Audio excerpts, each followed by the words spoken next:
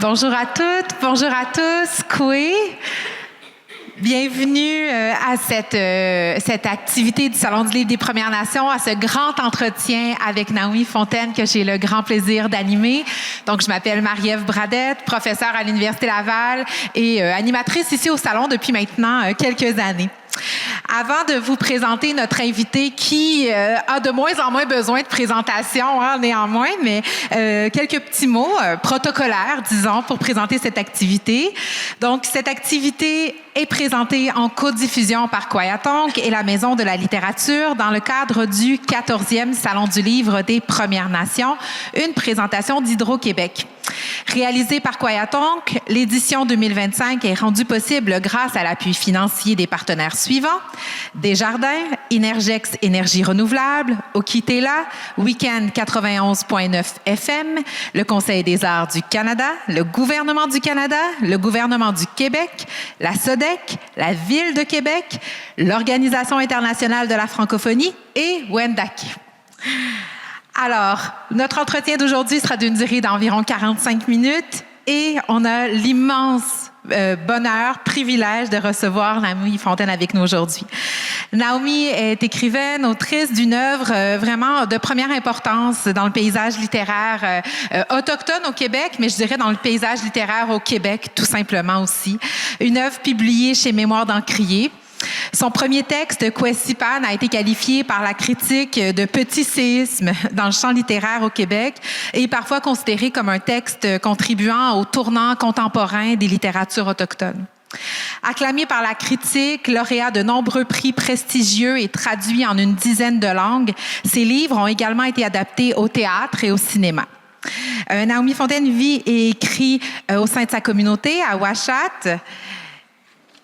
Eka Achaté ne flanche pas, donc son livre ici est son quatrième titre, un livre qui succède donc à son premier livre, Kwesipan, paru en 2011, Manikanetich en 2017 et Chuni en 2019. Alors Naomi, bienvenue, bonjour. Kwekwe, merci. Alors, notre entretien aujourd'hui, bien sûr, va porter essentiellement sur ce nouveau livre qui vient de paraître il y a quelques semaines à peine. Un livre que j'ai lu avec un immense plaisir pour connaître ta plume depuis déjà une bonne dizaine d'années, même un peu plus, en presque 15 ans maintenant d'écriture, en tout cas de publication. L'écriture commence un peu avant la publication, c'est certain. J'ai envie, pour ouvrir notre conversation d'aujourd'hui, de te demander un peu, de nous parler du chemin qui t'a amené à ce livre-là en particulier. Donc, on sait quand on regarde, là, je nommais un peu les dates de publication, donc souvent à peu près 5 ans entre les différents livres. Et là, c'est le livre qui précède Eka Achaté, c'est Chuni, donc un livre qui était plutôt de l'ordre de l'essai, de l'essai très politique, revendicateur aussi à certains égards, qui s'adressait à un public québécois. Donc là, on arrive ailleurs. Donc, quel chemin as-tu fait dans les 5, 6 dernières années pour nous arriver avec ce nouveau titre-là? Ben en fait, ce livre-là est venu avec une question. Nous aussi, tu sais, dans les années 2010, on a été choqués d'apprendre tout ce qui s'est passé dans les pensionnats. Puis dans ces années-là, tu sais, il y a comme une parole qui s'est libérée beaucoup avec la commission Vérité. Puis nous aussi, on était sous le choc. On n'avait jamais entendu ces histoires-là. Les aînés racontaient pas ce qu'ils avaient vécu comme sévices, tout ça. Puis ça nous a comme rentré dedans aussi. Puis là, il y a eu tout ce mouvement-là, je dirais, où est-ce que les gens ont beaucoup écrit là-dessus, sont beaucoup exprimés. Il y a eu des œuvres là-dessus sur les pensionnats, sur tout ça. Puis c'était très important. Je pense qu'il fallait en parler, il fallait que ça sorte, il fallait que les écrivains en témoignent aussi. Puis après ça, on est comme resté là-dessus. On est comme, moi, je trouve un peu resté comme si, quand on voyait maintenant les Premières Nations, il y avait tout le côté de la victime un peu. Puis Puis moi, il me restait une question quand je retournais chez moi ou quand j'étais témoin de gestes tellement forts par rapport à l'affirmation des Inuits, soit par des chanteurs, soit par des choses simples dans ma communauté, où est-ce que je voyais que l'affirmation, la culture était vraiment vivante, qu'elle avait encore beaucoup de place, puis qu'on était loin en fait d'être d'être des victimes de tout ça. Puis je me disais, tu sais, quand j'étudiais un peu aussi l'histoire, la loi sur les Indiens et tout ce qui s'était écrit finalement, je me disais, mais comment c'est possible que ma culture, que ma langue, que moi, j'existe encore? Il y avait quelque chose là-dedans que je trouvais, c'était tellement gros, tu sais, puis tellement fort, tu sais, j'essayais de me remettre dans ce temps-là, puis c'était des gens intelligents là, tu sais, qui ont fait ces lois-là. C'était des gens qui avaient réfléchi. C'était des gens qui avaient des moyens. C'était des gens qui avaient des grandes ambitions. C'était de nous assimiler complètement. Puis il y avait beaucoup de moyens, il y avait beaucoup d'argent, il y avait l'Église avec eux, tu sais, il y avait beaucoup de pouvoir, c'était les gouvernements de cette époque-là. Puis comment est-ce que ma nation qui sortait tout juste du bois, qui était jamais allée à l'école, qui avait jamais écrit de livre, qui avait jamais sorti en dehors de leur village, de leur communauté, comment cette nation-là a pu continuer à exister? Tu sais, il y a quelque chose, c'est David contre Goliath, là, tu sais. Puis je me suis dit, ce que je vais faire, c'est que je vais aller voir les aînés de ma communauté. Les aînés de ma communauté, ce sont eux qui sont allés dans les pensionnats. C'est la génération qu'on a pris dans leur famille, qui sont allés dans les pensionnats obligés, puis qui en sont ressortis vers 16, 17, 18 ans, qui ont décidé de rester, de retourner vivre dans leur communauté, d'élever leurs enfants là, de construire leur maison dans ces communautés-là. Puis je me suis dit, je vais aller les voir, c'est eux qui doivent avoir la réponse à ma question. Comment est-ce qu'on survit à ça? Comment est-ce qu'on résiste à autant de force puis de violence envers qui on est, envers notre identité? Puis je suis allée les voir, puis moi je m'attendais parce que j'avais besoin de ça, je pense que c'était un besoin dans mon cœur, je m'attendais à des histoires tellement tu sais, de revendications, je m'attendais à des héros, tu sais, qu'on me parle, des récits épiques, tu sais, des discours extrêmement engagés. Puis ils le savaient pourquoi j'allais les voir, tu sais, je les préparais avant, je leur disais, je veux écrire un livre, j'aimerais ça comprendre ça, tu sais, puis eux, très simplement, tu sais, en sachant que je voulais écrire un livre là-dessus, très simplement, ils m'ont parlé de leur premier amour, quand ils sont tombés amoureux, de leur mariage. Ils m'ont parlé quand ils ont eu leur premier enfant, comment ça se passait dans les maisons, comment est-ce que eux avaient vécu aussi avec leurs parents, les souvenirs qu'ils gardaient de leurs parents, de quoi ça avait de l'air dans les années 70, Ouachat, Maliotenam. Puis il me parlait de ça, il me parlait de leur enfant aussi, comment ils avaient élevé leurs enfants, comment ils avaient éduqué, qu'est-ce qu'ils avaient donné. Fait que j'ai pas eu les histoires que j'espérais, sur lesquelles je comptais, qui étaient pour moi, tu sais, ça a été, puis ça a complètement changé aussi ma manière, moi, de voir mon travail peut-être d'écrivaine, mais aussi mon travail de maman, puis mon travail aussi dans ma communauté. Aujourd'hui, je travaille pour la langue, puis la culture. J'ai travaillé dans l'enseignement aussi. Ce que je comprends, c'est que c'est pas dans les grandes revendications, c'est pas dans les grands gestes, c'est dans les petites choses quand on fait ces petits sacrifices-là d'amour pour ses enfants, quand on le fait pour les gens qu'on aime, c'est ça qui a un réel impact finalement. C'est ça qui change. C'est ça qui fait que on ne flanche pas, puis qu'on résiste, puis qu'on continue. Puis pour moi, ça a été vraiment une grande, grande leçon de vie, ces entretiens-là. Oui.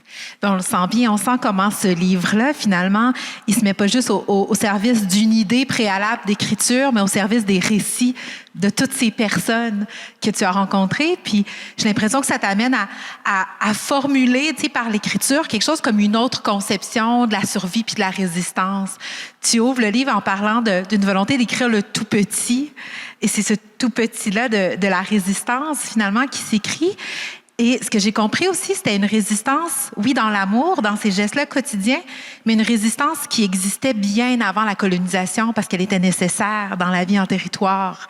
Oui, puis ça, c'est une autre chose. Tu sais, je veux dire, des fois, on comprend pas tout, puis je pense que dans ce grand cercle de la vie, on comprendra jamais tout. Puis, mais on voudrait que tout ait une raison. On voudrait que tout ait un but, puis tout soit écrit clairement.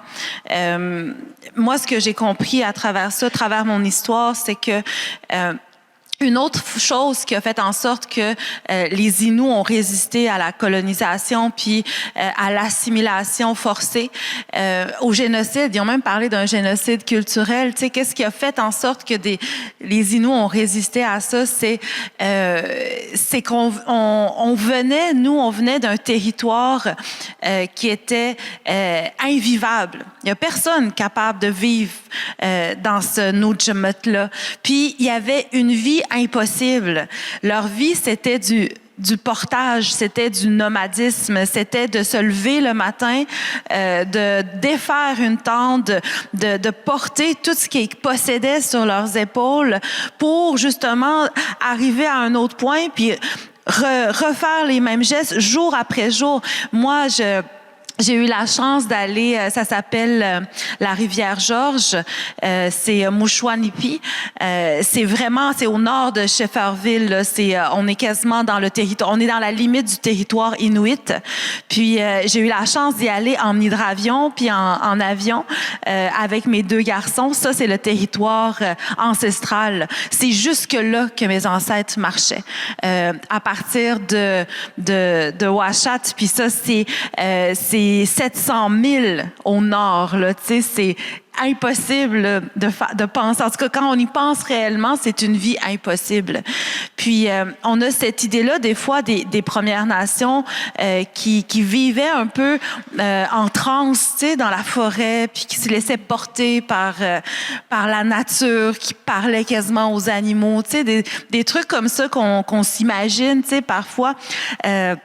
Je pense pas que c'était le cas. Je pense que chaque jour, au contraire, ils combattaient la forêt, ils combattaient le Nujamut pour essayer juste de nourrir leur famille, juste pour essayer de se réchauffer, d'avancer dans cet hiver-là. Puis il y avait quelque chose de l'exigence dont on se doute même pas. Tu sais, je veux dire, justement, j'ai un passage dans le livre où est-ce qu'on parle de la faim, mais la vraie faim, là, celle qui tue, là, tu sais, celle qui, puis il est dans une forêt, dans un moment de tempête, tu sais, de froid intense, là, où est-ce que c'est la mort. C'est sûr que c'est ça l'aboutissement de ça. Je vous laisserai lire, mais c'est ça, puis c'était ça la réalité. Alors le corps Innu, dans sa génétique, a combattu ça, puis puis ça l'a créé, moi j'ai l'impression, dans le corps Innu, une force, une résistance même mentale de l'esprit qui était obligée. T'avais pas le choix, sinon t'aurais tout laissé tomber à la... Tu sais, je veux dire, ça nous a forgé, ce territoire-là a forgé notre esprit, puis notre corps aussi. Puis en avançant là-dedans, je suis reconnaissante de ça, parce que s'il n'y avait pas eu tous ces combats-là dans le Nujamut par le passé, je me demande comment on aurait survécu à ce moment-là de colonisation sauvage, violente, intense que ces gens-là ont vécu. Mais parce qu'ils avaient vécu ce qu'ils avaient vécu, tu sais, je l'avais écrit dans Chouni, je pense, il avait pas peur. La peur, il la connaissait par cœur. Tu sais, je veux dire, les parents, là, ils avaient tout vécu dans la forêt. C'était pas la peur qui les a fait accepter ou en tout cas aller se sédentariser, tu sais, sans trop de résistance, on va dire, sans guerre en tout cas. C'est pas la peur, c'était l'espoir. Il y avait quelque chose dans ce qu'on leur proposait qui n'était pas totalement la vérité. Ça, Anantane Kapech, elle l'a dit, puis ça, c'est un livre extrêmement important à lire. Il y avait quelque chose dans ce qu'on leur proposait quand on leur a dit, regardez, on va vous construire des maisons. Ils n'ont jamais dit, on va vous enfermer, on va vous empêcher de pratiquer votre culture, on va vous empêcher de parler votre langue, vous allez devenir des citoyens complètement dépendants de nous. On leur a jamais dit ça. On leur a dit, on va vous construire une école. Vos enfants auront pas faim. Vos enfants vont manger. Et on leur a jamais dit qu'ils allaient manger du gruau à longueur d'année, puis qu'ils pourraient pas manger de la viande qu'ils étaient habitués de manger. On leur a pas dit non plus on leur a dit, vos enfants vont devenir des infirmiers, des infirmières, ils vont devenir médecins, ils vont devenir avocats, ils vont devenir prêtres. Puis c'est ce qu'ils me disaient les aînés quand je suis allée les voir. Nos parents avaient jamais vu un Innu être prêtre ou avocat ou médecin, ou c'était des choses, tu sais, c'était comme si je vous disais, gars, confie-moi ton enfant va devenir astronaute, tu sais, c'est comme, OK, tu sais, pourquoi pas, ou bien il va aller aux Jeux olympiques, ou je sais pas, quelque chose qui est vraiment, qui sort de l'ordinaire, on n'avait pas jamais vu, nous, en tout cas. Puis, on leur avait pas dit le programme jusqu'au bout quand on leur a dit ça. On leur a pas dit qu'on allait empêcher ces enfants-là de parler leur langue, qu'on allait leur apprendre le mépris de leur culture, de leur identité, que l'objectif, le programme, la mission de ce programme-là, d'école, des pensionnats, c'était vraiment de tuer l'Innu dans l'enfant, l'Indien dans l'enfant. Ça, on n'a pas dit ça. Fait que je pense que quand les Innus ont pris la décision, puis ça, c'est important de comprendre ça aussi, c'était pas, ça a été une décision réfléchie, dans de l'espoir aussi, quand ils ont pris la décision de se sédentariser, d'envoyer leurs enfants dans les pensionnats, puis de dire, OK, tu sais, on va vous les confier. C'était par amour, ça aussi. C'était parce qu'ils voulaient quelque chose qu'eux avaient pas eu. C'était parce que la vie dans Nujamut, c'était vraiment, vraiment impossible, que c'était exténuant, que c'était... Mais jusqu'à où, tu sais, il y avait tout cerner les aboutissements, Puis moi, j'ai envie de dire, peut-être qu'il le savait aussi, peut-être qu'il savait qu'il allait avoir un prix à payer, à se moderniser. Puis peut-être qu'il était prêt à payer ce prix-là. Parce que moi, je vis de rêve et d'optimisme, mais peut-être qu'il voyait au-delà de ça. Peut-être qu'il se disait, oui, ça va être difficile pour quelque temps. Ça va être impossible même. Puis il y a tout un sacrifice à travers de ça, à travers la sédentarisation. Mais peut-être qu'il voyait au-delà de ça, puis il disait, ils vont tout faire pour éteindre nos cultures, nos langues, mais ils n'y arriveront pas. Peut-être qu'ils le savaient eux aussi. Parce que moi, quand je regarde aujourd'hui, il y a des avocats, il y a des médecins, il y a des infirmières, il y a des écrivains, il y a des chanteurs, il y a des linguistes, il y a des historiens, des historiennes. Il y a tous ces gens-là qui se monopolisent, qui se mobilisent, qui cherchent toujours à sauvegarder la langue, la culture, qui cherchent à la transmettre, qui cherchent à promouvoir au sein des communautés, même à l'autre bout du monde. À quelque part, on a eu qu'est-ce qu'on voulait, mais en plus, on a gardé nos langues, puis on a gardé nos cultures. Fait que je suis pas dans la tête de ces parents-là, j'essaie juste d'imaginer un peu, mais je me dis à quelque part, on a eu ils ont réussi à quelque part, malgré ce qu'on pourrait croire d'échec, puis malgré ce qu'on pourrait croire de pauvres petits Indiens. Non, oubliez ça. On est aujourd'hui beaucoup plus instruits. On est la génération la plus instruite, mais la plus aussi dans l'affirmation culturelle qu'il n'y a jamais eu. Puis vous le voyez, vous êtes dans un salon du livre des Premières Nations. Ça, c'est une affaire. Il y a tellement de choses qui se passent dans les communautés. C'est ça. Moi, je me dis, on n'a pas encore fini de faire ce chemin-là, puis de comprendre un peu la vision que les ancêtres avaient. Puis ce livre-là nous aide à le comprendre, nous aide à comprendre dans le petit, dans le quotidien, cette résistance-là. Puis tu nous parles des infirmières, des médecins, des avocats, mais une figure qui est fondamentale, qui n'est pas un métier, mais qui est une vocation puis un travail aussi dans ce livre-là, c'est la figure de la mère. D'une part, le livre me semble être presque écrit, adressé presque dédicacé à cette mère-là qui fut la tienne. Et lorsque tu parles de ces figures de résistants, de résistantes-là, je pense que la grande résistante de ce récit-là, c'est la mère. La maternité semble avoir été un thème qui a traversé toute ta production, mais de manière différente. Dans Questipan, pour ceux qui l'ont lu, il y avait ces filles au ventre rond qui se promènent dans la communauté. Donc, il y avait déjà cette image-là des mères. Mais là, c'est ta mère à toi. Qu'est-ce qui t'a donné envie d'écrire sur cette mère-là? Puis ensuite, je le glisse tout de suite parce que peut-être que tu en parleras, mais sinon, ça sera une question d'après. Mais il y a aussi...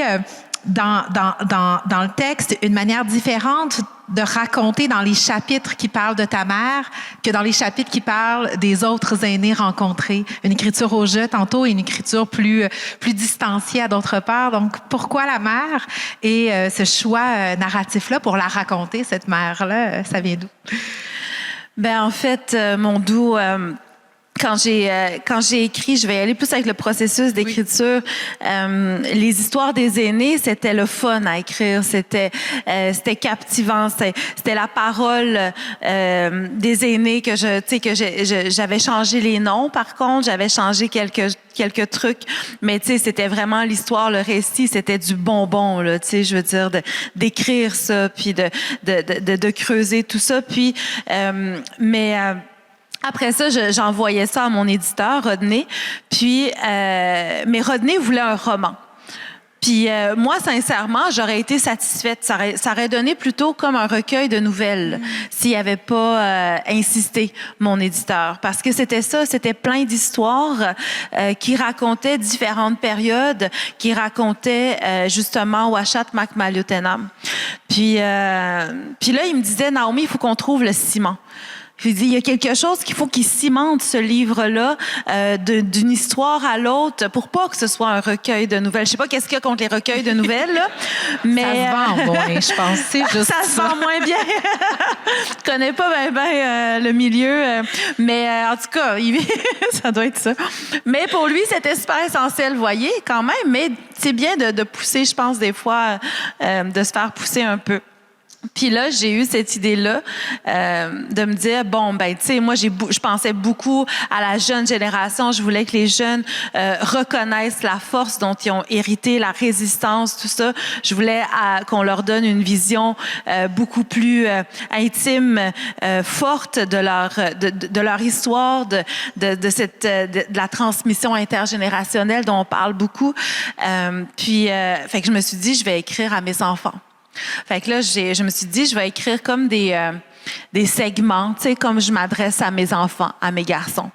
Puis là, j'ai commencé, puis c'était tellement moralisateur, c'était tellement mauvais, c'était, tu sais, mon fils, tu sais, n'oublie pas ceci, tu sais, c'est comme tracer à gros traits ce qu'il vient de lire, puis, tu sais, je veux dire, c'est pas des fous là que je suis en train d'élever, ils devaient être capables de comprendre ce que j'écrivais, en tout cas. Puis, à un moment donné, j'ai un ami de Montréal qui était venu enseigner à Québec, à Sept-Îles, au cégep de Sept-Îles. Puis on avait quand même passé quasiment une session, à se voir au cégep, mais aussi à l'extérieur, tout ça. Puis pour lui, c'était comme un tout nouveau, là, Ouachat, les Inuits, tout ça, c'était... Puis il avait décidé d'écrire un petit livre. Je sais pas si un jour il le publiera, mais en tout cas... Puis c'était de nous deux qui parlait. Il parlait de notre relation amicale, puis qu'est-ce qu'il avait appris, qu'est-ce qu'il avait aimé, qu'est-ce qui était venu comme le remettre en question, en tout cas, c'était vraiment en tout cas, ça m'a profondément touchée. Surtout que c'était pas publié, c'était comme juste pour moi. Puis ça m'a touchée, puis c'était drôle parce que moi, j'ai l'habitude d'écrire, puis j'écris sur moi, mais que quelqu'un écrive sur moi, que quelqu'un me montre sa vision de notre amitié, de ce que, on avait vécu cette session-là. J'ai trouvé ça, c'était un beau cadeau. Je l'ai vraiment pris comme un cadeau. Puis c'est là un peu qu'est née l'idée de décrire ma relation avec ma mère. Tu sais, de parler de cette relation-là, puis j'avais le goût d'offrir à ma mère, j'avais le goût de faire ce cadeau-là à ma mère, puis en même temps, tout à coup, ça prenait tout son sens parce que ce livre-là parle de transmission. Ça parle de ce que les aînés ont reçu de leurs parents, ont transmis à leurs enfants. Qu'est-ce qui était le plus important? Puis là, moi, je me dis, c'est fou que j'ai pas pensé à ça, de parler de l'histoire de ma mère, de moi, comment je l'ai vécu, son histoire, puis de mon regard sur sa vie. C'est fou que j'ai pas pensé à ça parce que les deux thèmes principaux, c'est la transmission puis c'est la résistance. Puis ma mère, c'est la femme la plus résistante que je connaisse. C'est la femme la plus forte que je connaisse. Puis j'ai énormément d'admiration pour cette femme-là qui m'a élevée. Je sais que c'est ça la dédicace. Hein? Je sais que si elle n'avait pas fait tout ce qu'elle a fait, si elle n'avait pas fait les choix aussi difficiles qui ont été, je serais pas là aujourd'hui. Je serais pas, j'aurais pas écrit, certainement pas. Elle a Puis il y a plusieurs combats qu'elle a menés dans le livre, puis je vais pas tous vous les raconter parce qu'il faut lire le livre, non. Mais faut. je vais vous dire, moi je trouve c'est une chose de se battre contre le regard des autres. Puis c'est ça, je pense, ça a été tout... Quand je pense à mon grand-père, il a été méprisé à cause de sa culture. Il a été méprisé. On l'a enfermé. On lui a empêché d'aller chasser, de pratiquer sa culture. Tellement méprisé que même lui, quand il a élevé ses enfants, il leur a interdit de parler en Innu. Il leur a dit, vous allez parler en français. Dans le sens, sans doute, de dire, on vous méprisera pas. Vous allez connaître leur culture, tu sais. Puis ma mère, elle a grandi là. Puis elle a grandi dans cet univers-là de mépris. Puis elle a grandi avec une honte, mais vraiment enracinée d'être Innu, d'être une Indienne. Puis elle l'a dit, puis elle en a parlé beaucoup. Puis tu sais, je le dis parce que... Puis elle avait cette honte-là, puis ça s'est pas évaporé, ça s'est pas enlevé tout à coup. Ça a pris des années de travail par rapport au regard de l'autre, par rapport à... Puis ça, c'est une chose de se battre contre le regard de l'autre, mais c'est une autre chose de se battre contre son propre regard qu'on pose sur soi-même. Tu sais, quand tu es convaincu là, que d'être une Indienne, c'est moins bon que d'être une blanche. Dans toutes les choses qu'elle voyait, que ce soit les maisons, que ce soit l'éducation, la manière dont ils parlaient, les Blancs, la manière dont ils s'habillaient, la manière dont ils élevaient leurs enfants, tout ce qu'elle pensait, la foi, l'Église... le travail, tout ça, pour elle, les Blancs étaient supérieurs à tous égards, tu sais. Puis malgré le fait qu'elle pensait ça, puis malgré le fait qu'elle était convaincue de ça, elle a fait tout ce qu'elle a fait. Elle est déménagée, elle est allée aux études, elle nous a élevés. Elle est devenue veuve très jeune, ma mère. Elle s'est pas être veuve dans ce temps-là, c'était encore... Tu te rabaissais, on peut dire, t'étais rabaissée plutôt dans l'échelle sociale, je sais pas, tu sais, être une femme monoparentale, elle avait tout, tu sais, pour dire bon ben la vie m'en veut puis moi je vais en vouloir à la vie puis tu sais non, elle a foncé, elle avait une idée en tête, elle voulait nous donner ce qu'il y avait de mieux. Elle voulait, c'était que ça, c'était tout ça, puis c'était que ça. Elle voulait nous donner ce qu'il y avait de mieux. Fait qu'elle s'est tout le temps battue pour nous donner ce qu'il y avait de mieux.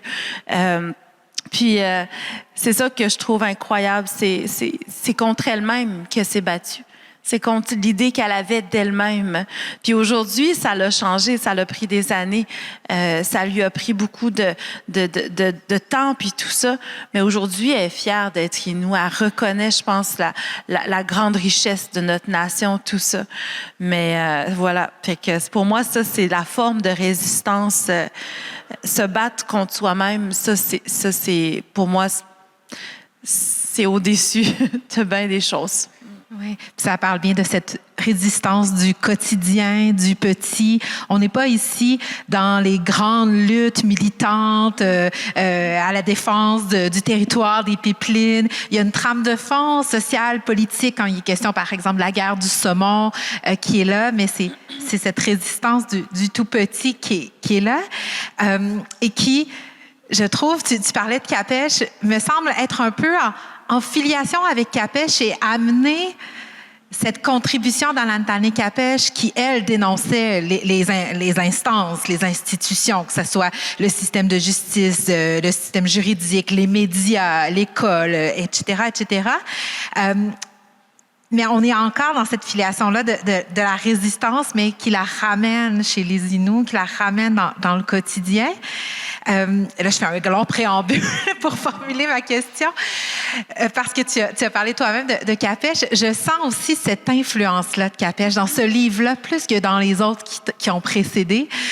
Comme si à la fois la figure de ta mère, de ta mère réelle, tu sais, elle est omniprésente, elle vient filer les petites histoires entre elles, mais comme si cette femme-là, qui est une ascendante peut-être plus symbolique, littéraire, avait aussi un espace là-dedans dans ta manière de raconter les récits, de rapporter la voix des aînés.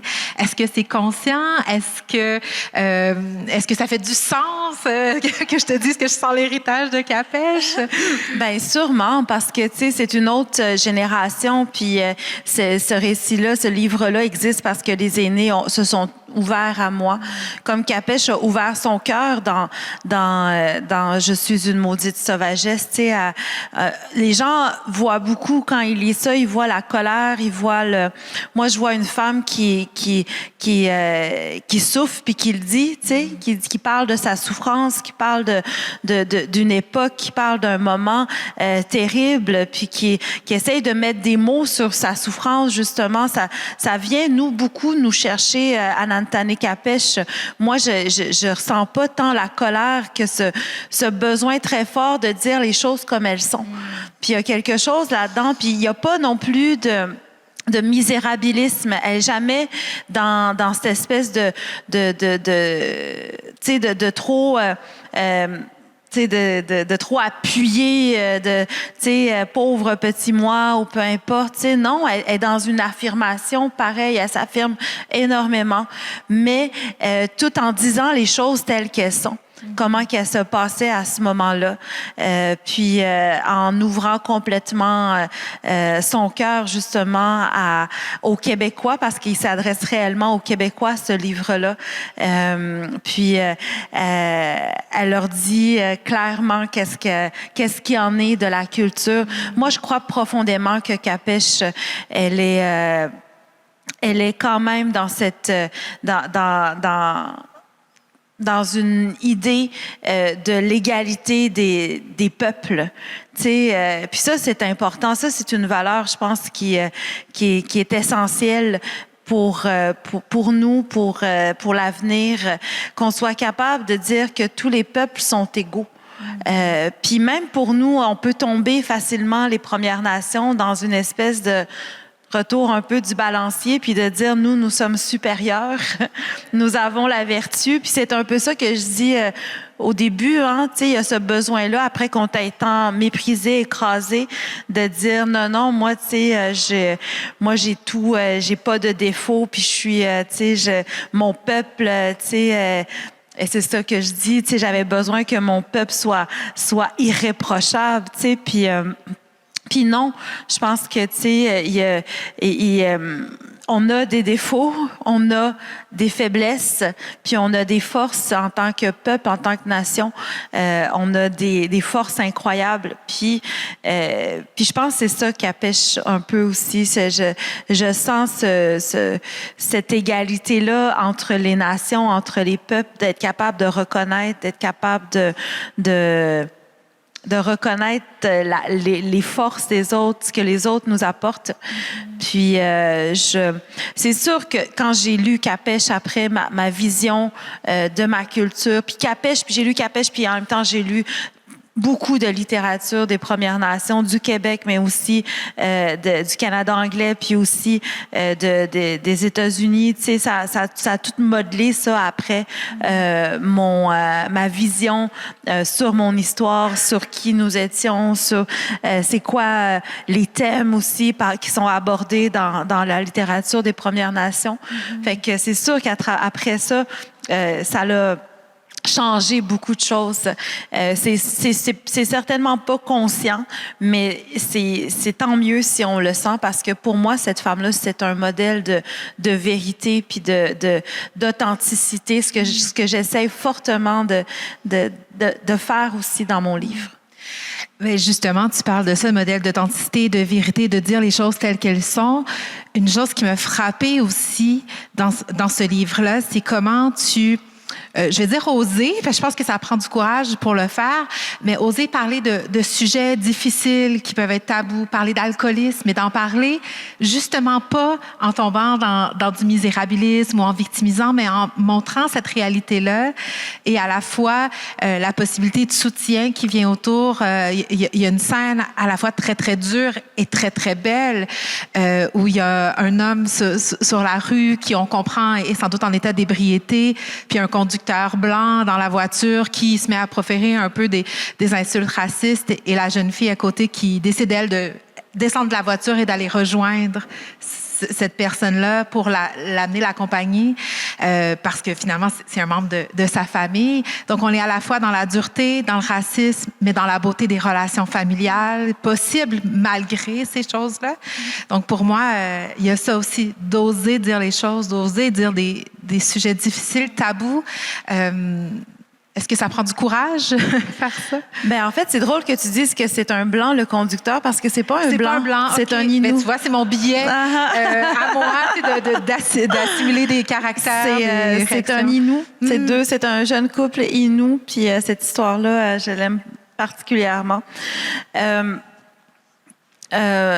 pense que quand c'est ça, dans ce chemin-là d'authenticité, puis quand les gens, parce que les histoires que j'ai écrites, c'est des gens qui m'ont ouvert aussi leur cœur, c'est des gens qui m'ont ouvert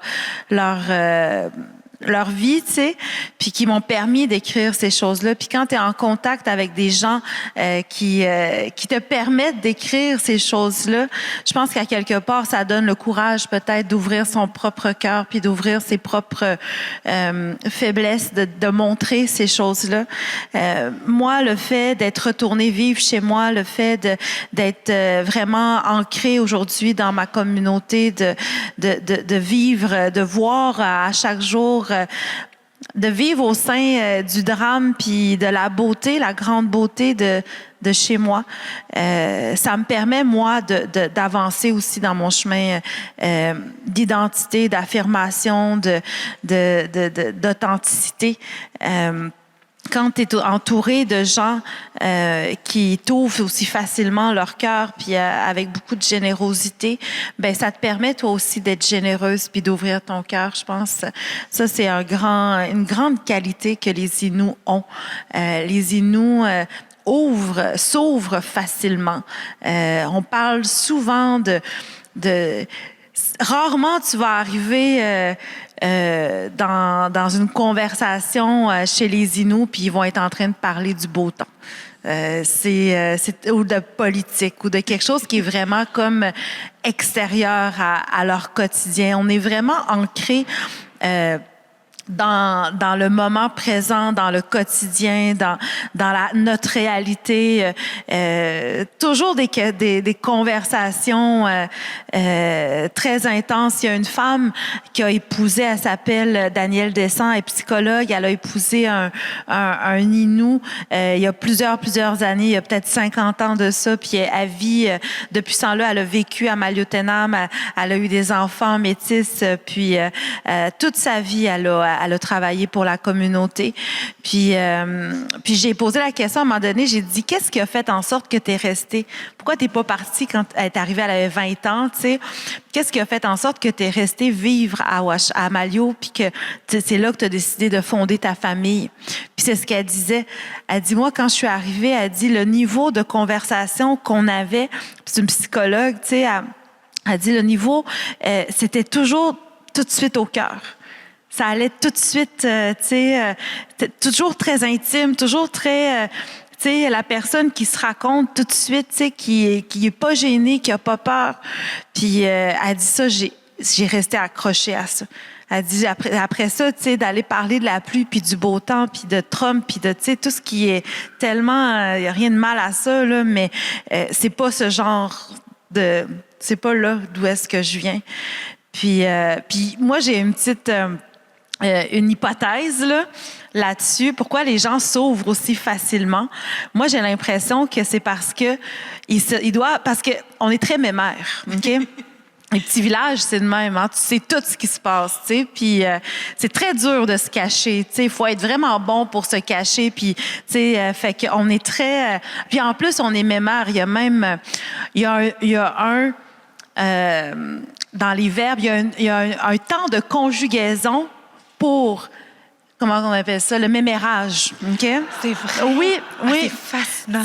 Puis le temps de conjugaison, là, tu sais, si je pourrais le traduire en français, là, puis on l'utilise souvent, par exemple, je pourrais dire Eden de Mouje. Ça, c'est ni vrai, ni faux. C'est ce que je pense que la personne a fait. Tu sais, c'est ce que je pense, qu'est-ce qu'elle pense. En tout cas, c'est pas du conditionnel. C'est vraiment, il y a beaucoup dans ce temps de verbe-là, c'est pas de la suspicion, mais c'est comme je prête des intentions à quelqu'un. Tu sais, sûrement qu'il a fait ça hier soir. Tu sais, il y a un temps de verbe pour ça, là, tu sais. Puis on est vraiment mémère. Fait que, et moi, j'ai l'impression que, tu sais, c'est une hypothèse, là, que les gens devaient se dire, puis ils doivent se dire, ben de toute façon, tout le monde va le savoir.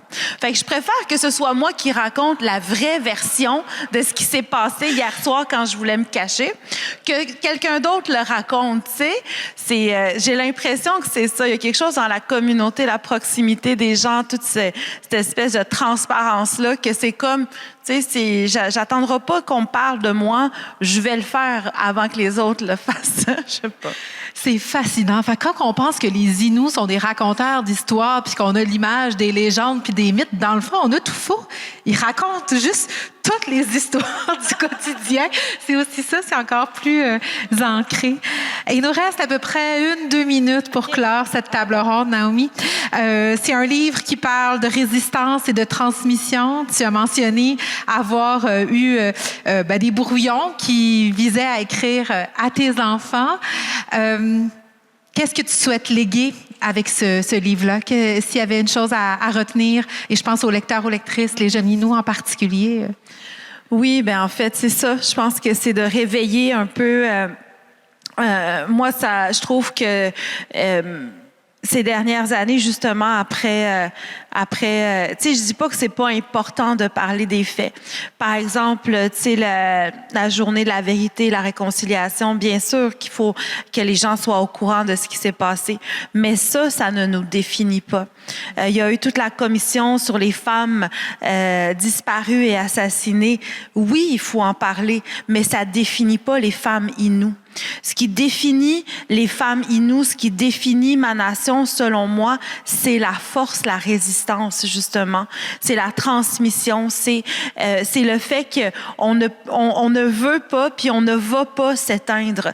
Puis moi, c'est ça que j'ai envie que les jeunes sachent. J'ai envie que quand on parle de transmission intergénérationnelle, on arrête de parler des pensionnats que des pensionnats ou comme si le fait d'être une femme, d'être Innu, ça faisait de moi nécessairement quelqu'un de plus faible ou au contraire, moi je trouve que ça fait de moi quelqu'un de plus forte. Puis je pense que c'est ça que je veux qu'on réveille à travers ce livre-là, c'est de rappeler aux jeunes d'où est-ce qu'on vient. Puis on vient d'un peuple qui a pas flanché. On vient d'un peuple qui, dans la forêt, s'est battu. Après, dans la réserve, s'est battu. Aujourd'hui, on se bat encore pour nos langues, pour nos cultures. Puis ça, je souhaite que ce soit ça, que les jeunes apprennent, puis s'approprient, réveillent, tu sais, le réveil de la force. C'est ça, je pense que je souhaite vraiment pour mes garçons, puis la jeune génération d'Innu aussi. Naomi, un immense merci pour ce mot de la fin, pour cette générosité.